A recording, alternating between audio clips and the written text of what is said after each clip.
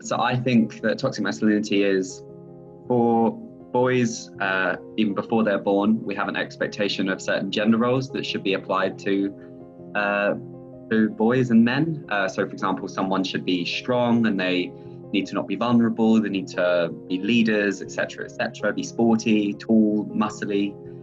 And what this forms is this idea of masculinity. And masculinity in itself, I think this is a really good place to start with this, isn't necessarily a toxic thing, but where it becomes too much, where someone feels that they can't show their emotions or they can't seek help because they're scared of not seeming masculine or being seen as weak or vulnerable, that's where it becomes toxic. That is where it can be unhealthy to adopt and take these ideals of masculinity too far.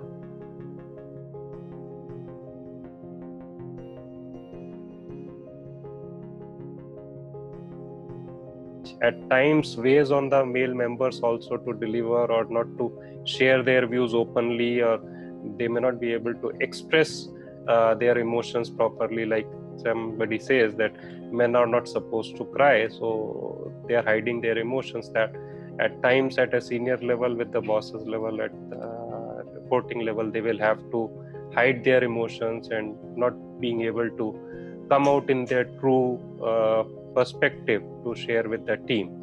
So that is something which affects the overall performance of the team at the workplace, as well as that is where somewhere the bias starts. Well, in spite of a person being fair and not trying to do anything else, but that puts an extra pressure on the person to portray himself as if he is something who is not affected by these things.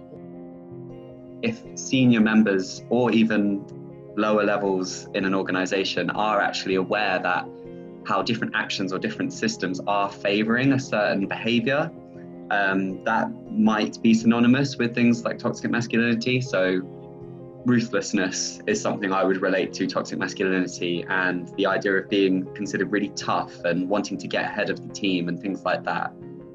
Those ideas can hinder all different genders, regardless of if you are experiencing toxic masculinity yourself or if it is being exerted by one of your colleagues.